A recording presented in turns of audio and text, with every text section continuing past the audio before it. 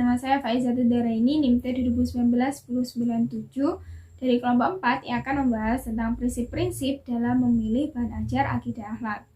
Nah, sebelum kita belajar tentang prinsip-prinsip dalam memilih bahan ajar akidah akhlak, kita akan belajar dulu tentang definisi dari bahan ajar itu sendiri, kemudian tujuan pembelajaran akidah akhlak, kemudian ruang lingkup pembelajaran akidah akhlak, jenis-jenis bahan ajar itu sendiri, dan yang terakhir baru kita akan belajar tentang prinsip-prinsip memilih bahan ajar akidah akhlak.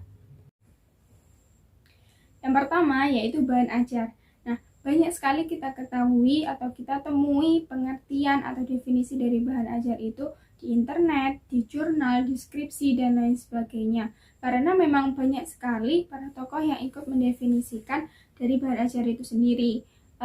Beberapa yang saya ambil yaitu dari Muhaimin yang menjelaskan bahwa bahan ajar itu merupakan segala bentuk bahan yang digunakan oleh guru dalam melakukan pembelajaran. Kemudian Andi Prastowo yang menjelaskan atau memahami definisi dari bahan ajar itu sebagai bahan baik itu berupa alat, teks maupun informasi yang disusun secara sistematis untuk mencapai kompetensi yang diinginkan, dan bahan ajar ini digunakan guru untuk melaksanakan pembelajaran seperti itu. Kemudian yang terakhir ada pengertian atau definisi dari bahan ajar itu menurut National Center for Competency Based Training yang menjelaskan bahwa bahan ajar itu merupakan bahan atau segala bahan untuk membantu guru atau instruktur dalam melaksanakan pembelajaran. Nah, dari beberapa pengertian tersebut dapat kita pahami bahwa bahan ajar itu merupakan materi pembelajaran yang disusun secara sistematis yang digunakan oleh guru untuk membantunya dalam melakukan proses atau kegiatan pembelajaran dan juga untuk membantu peserta didik dalam mencapai kompetensi yang telah ditentukan. Seperti itu. Nah, dari pengertian yang sudah saya jelaskan tadi dapat kita pahami bahwa bahan ajar menjadi suatu hal yang sangat penting bagi peserta didik. Karena pemilihan yang kita lakukan, kemudian pengembangan bahan ajar yang kita lakukan, dan juga penyampaian yang kita lakukan kepada peserta didik itu berpengaruh terhadap hasil belajar dan juga kompetensi yang akan dicapai oleh peserta didik. Sehingga kita harus benar-benar memperhatikan prinsip-prinsip dalam memilih bahan ajar. Nah, kemudian tujuan dari pembelajaran akidah akhlak itu apa? Nah, mengapa saya masukkan tujuan pembelajaran akidah akhlak dalam pembahasan kali ini? Karena dalam memilih bahan ajar kita juga harus menyesuaikan tujuan pembelajaran akidah akhlak itu apa dengan kompetensi yang akan dicapai itu apa, sehingga pembelajaran itu benar-benar terjadi secara efektif dan juga efisien dan bermakna. Nah, kemudian tujuan dari pembelajaran akidah akhlak itu apa? Tujuan pembelajaran akidah akhlak itu menumbuhkan dan juga meningkatkan keimanan serta ketakwaan kepada Allah Subhanahu wa taala bagi peserta didik yang bisa diwujudkan dengan memperbaiki akhlak terpujinya, kemudian juga mengamalkan, menghayati nilai-nilai ajaran Islam ke dalam kehidupan sehari-harinya. Mengapa dilakukan demikian? Karena agar peserta didik itu menjadi sosok yang memiliki berkarakter, berakhlak mulia. Kemudian juga agar peserta didik itu agar terus berkembang menjadi sosok yang lebih baik ke depannya lagi dan meningkatkan keimanan serta ketakwaan kepada Allah Subhanahu wa taala. Seperti itu. Kemudian ruang lingkup dari pembelajaran akidah akhlak. Nah, ruang lingkup dari pembelajaran akidah akhlak itu ada 4 aspek. Yang pertama aspek akidah, kemudian juga aspek akhlak, kemudian aspek adab, dan yang terakhir aspek kisah keteladanan. Seperti itu. Yang pertama yaitu aspek akidah. Aspek akidah ini bertujuan untuk meningkatkan dan juga mempertebal keimanan dan juga keyakinan si peserta didik terhadap akidah Islam.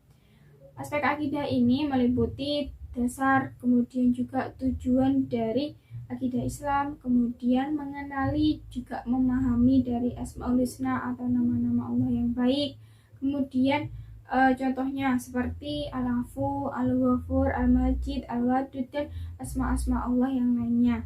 Kemudian juga pokoknya berisi tentang rukun iman. Rukun iman kan ada 6. yaitu iman kepada Allah, iman kepada malaikat-malaikat Allah, iman kepada kitab-kitab Allah, iman kepada rasul-rasul Allah, iman kepada hari akhir, dan yang terakhir yaitu iman kepada qada dan qadar, seperti itu. Kemudian aspek yang kedua yaitu aspek akhlak. Nah, aspek akhlak ini dibagi menjadi dua kan, ada aspek terpuji dan juga ada akhlak terpuji dan juga akhlak tercela. Nah, akhlak terpuji atau juga bisa disebut dengan akhlak mahmudah. Ini contohnya seperti jujur, biasakan diri untuk selalu jujur, kemudian sabar, ikhlas, ta'awun atau saling membantu, tasamuh atau toleransi, tawadu atau rendah hati, kemudian saling membantu, kemudian saling menghormati, dan lain sebagainya. Pokoknya berkaitan dengan akhlak-akhlak yang terpuji. Kemudian jika akhlak tercela atau biasa disebut atau bisa disebut dengan akhlak mazmumah, itu akhlak yang harus kita hindari, berbeda atau berbalik dengan akhlak terpuji yang harus kita biasakan dalam kehidupan sehari-hari. Kalau akhlak tercela itu kita harus menghindarinya, seperti ghibah atau menggunjing orang lain, kemudian juga namimah, mengadu domba, kemudian hasud, iri, dengki, dan lain sebagainya yang harus kita hindari dalam kehidupan sehari-hari. Kemudian aspek yang ketiga yaitu adab. Nah, aspek adab ini dibagi menjadi 4, yaitu adab kepada diri sendiri, kemudian adab kepada Allah SWT, adab kepada sesama manusia, baik itu yang muda maupun yang dewasa, kemudian juga adab kepada lingkungan. Nah, kemudian yang terakhir yaitu aspek yang keempat, aspek kisah teladan. Nah, dari kisah teladan ini diharapkan peserta didik bisa memperluas wawasannya dan juga bisa mengambil hikmah dari cerita tersebut, seperti kisah dari Nabi Ayub. Dari cerita tersebut peserta didik itu bisa mengambil hikmah bagaimana sabarnya Nabi Ayub ketika diberi ujian Allah melalui penyakit yang diberikan oleh Allah Subhanahu wa taala, seperti itu. Jadi ada beberapa alasan mengapa pendidikan atau pembelajaran akidah akhlak itu penting bagi peserta didik. Yang pertama yaitu pendidikan karakter. Dengan karakter yang baik seperti disiplin, kemudian jujur, kemudian saling tolong-menolong, peduli terhadap sesama, hal tersebut bisa menjadikan peserta didik itu manusia yang berkarakter, kemudian peduli terhadap sesama, sehingga dalam masyarakat pun peserta didik juga memiliki kepedulian, seperti itu. Kemudian yang kedua yaitu meningkatkan keimanan serta ketakwaan peserta didik kepada Allah Subhanahu wa taala, dan juga diharapkan dengan mempelajari akidah Islam, akidah akhlak, peserta didik itu bisa terhindar dari aliran-aliran radikal yang mungkin bisa membahayakan dirinya, mungkin bisa membahayakan masyarakat sekitar atau bahkan negara. Karena seperti yang kita ketahui bahwa di masa sekarang itu yang serba canggih, semuanya itu bisa diakses melalui internet, kemudian juga bisa ikut kajian sana sini, sehingga kita ya kalau awam tidak tahu bahwa aliran ini benar atau tidak, radikal atau tidak, seperti itu. Sehingga dengan mempelajari akidah Islam diharapkan peserta didik itu bisa terhindarkan dari aliran-aliran radikal, seperti itu. Kemudian kita akan membahas tentang jenis-jenis dari bahan ajar itu sendiri. Jenis dari bahan ajar, yang pertama ada bahan ajar cetak, kemudian jenis bahan ajar audio, jenis bahan ajar audiovisual, dan juga jenis bahan ajar interaktif.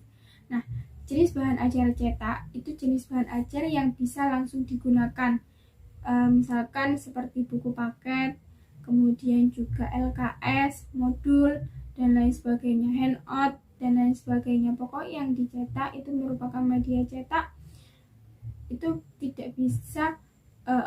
tidak membutuhkan perangkat lain, jadi langsung bisa digunakan, seperti itu. Kemudian contohnya seperti tadi itu LKS, buku paket, handout, leaflet, dan lain sebagainya. Kemudian yang kedua yaitu bahan ajar audio. Nah, bahan ajar audio ini bahan ajar yang mengandalkan pada indera pendengaran kita, misalkan Contohnya itu seperti radio, CD, dan lain sebagainya. Nah, dalam penggunaannya jenis bahan ajar ini itu membutuhkan perangkat lain. Jadi untuk memutarnya, untuk menggunakannya itu butuh perangkat lain. Seperti kalau piringan hitam itu membutuhkan alat buat memutarnya itu. Kemudian CD itu membutuhkan LCD atau media player atau multimedia player seperti itu. Kemudian dalam bahan ajar audio ini diharapkan durasinya tidak terlalu lama sehingga tidak menimbulkan kebosanan dalam peserta didik gitu. Kemudian yang ketiga, bahan ajar berupa audiovisual. Audiovisual ini juga sama dengan bahan ajar audio, tidak bisa digunakan secara langsung, jadi membutuhkan perangkat lain seperti komputer, LCD, kabel konektor, proyektor, dan lain sebagainya. Jadi tidak bisa langsung digunakan. Dengan begitu audiovisual ini biasanya digunakan oleh para pendidik yang lebih muda-muda yang bisa mengoperasikan perangkat-perangkat seperti komputer, LCD, dan lain sebagainya. Namun tidak menutup kemungkinan pendidik yang sudah sepuh, yang sudah senior itu juga menggunakan jenis bahan ajar ini, karena jenis bahan ajar ini itu juga dianggap sebagai bahan ajar yang menarik atau bisa menjadikan peserta didik itu minat mempelajarinya, sehingga peserta didik menjadi fokus dan konsen dalam pembelajaran. Kemudian yang keempat yaitu media interaktif, di mana media interaktif ini peserta didik itu tidak hanya pasif mendengarkan atau menonton saja, kan, tapi peserta didik itu juga diajak untuk aktif dalam pembelajaran, bisa dengan guru dan lain sebagainya, seperti itu. Setelah mempelajari definisi dari bahan ajar, kemudian tujuan dari pembelajaran akidah akhlak, ruang lingkup dari pembelajaran akidah akhlak, dan juga jenis-jenis dari bahan ajar itu sendiri, selanjutnya kita akan membahas tentang prinsip-prinsip dalam memilih bahan ajar. Nah, prinsip-prinsip dalam memilih bahan ajar itu ada 3. Yang pertama yaitu relevansi, kemudian konsistensi, dan yang ketiga yaitu kecukupan. Yang pertama yaitu relevansi. Nah, relevansi itu apa? Maksudnya relevansi itu ada keterkaitan atau ada hubungan antara apa? Antara materi pembelajaran atau bahan ajar dengan kompetensi yang akan dicapai oleh peserta didik, seperti itu. Misalkan seperti ini, jika kompetensi yang harus dicapai oleh peserta didik itu berupa dapat menghafalkan dalil, perintah, atau anjuran beristighfar, maka yang diajarkan kepada peserta didik, yang disampaikan kepada peserta didik itu juga materi prinsip sama, yaitu dalil berupa anjuran, anjuran atau perintah beristighfar, seperti itu. Jadi harus sesuai, harus relevan. Jadi dengan adanya materi pembelajaran yang relevan antara materi bahan ajar dengan kompetensi yang akan dicapai oleh peserta didik, maka dengan begitu peserta didik akan merasa terbantu dengan materi pembelajaran tersebut supaya dapat memenuhi target atau tujuan dari pembelajaran, seperti itu. Kemudian prinsip yang kedua yaitu konsistensi, maksudnya itu ajek. Jadi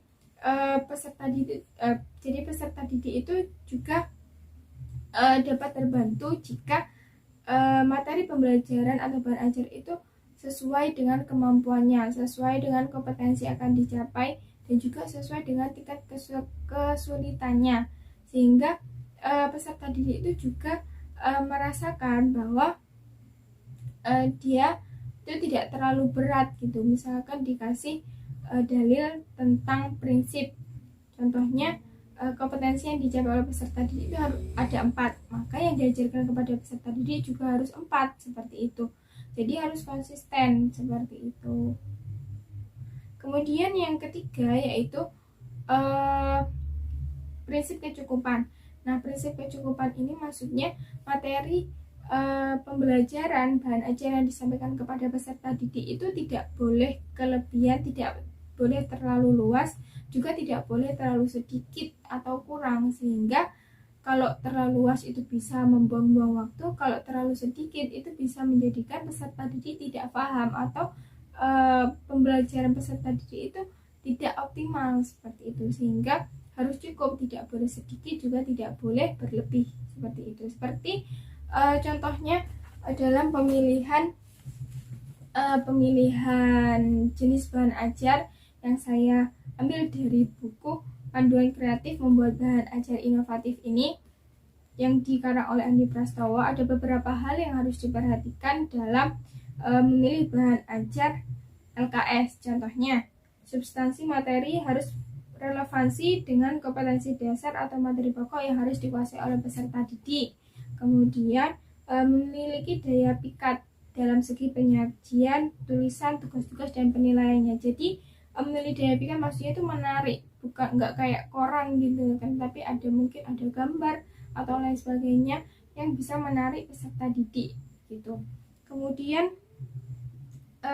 kalimat yang digunakan itu jelas dan juga singkat, jadi tidak boleh rumit, tidak boleh berlebih panjang lebar, yang penting itu singkat dan jelas. Kemudian dapat dibeli di pasaran, dan substansi materi dapat mengembangkan pengetahuan dan wawasan peserta didik. Kemudian hal yang harus diperhatikan dalam memilih bahan ajar berupa audio, itu substansi materi yang disajikan dalam program audio itu juga harus memiliki relevansi dengan kompetensi yang akan dicapai oleh peserta didik. Kemudian program radio itu juga dapat dipertanggungjawabkan kebenarannya. Kemudian dilengkapi dengan keterangan menulis supaya peserta didik itu tidak bingung.